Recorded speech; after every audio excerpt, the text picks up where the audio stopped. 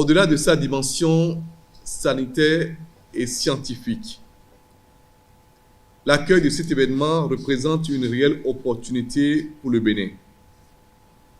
Cet événement contribuera à renforcer la visibilité de notre pays, à valoriser son potentiel économique, culturel et touristique et à créer de nouvelles occasions de partenariat.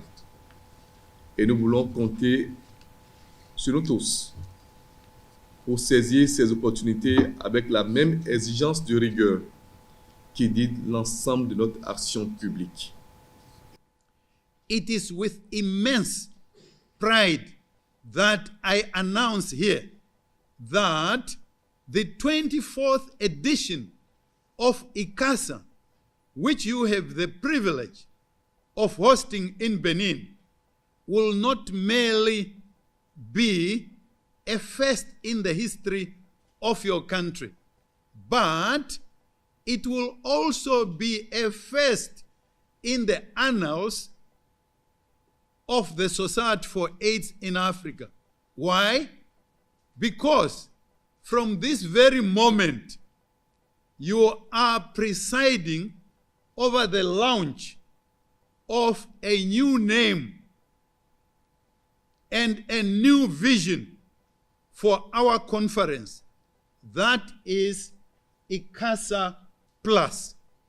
ICASA Plus. On ne peut plus lutter seul de façon verticale contre le VIH.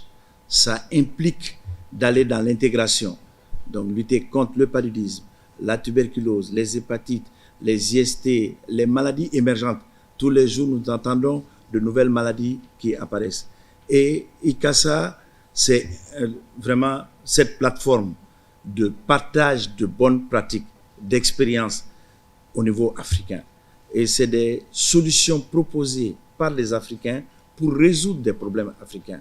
Donc c'est cela qui nous a amenés pour qu'on puisse quitter le concept d'ICASA pour évoluer vers ICASA+.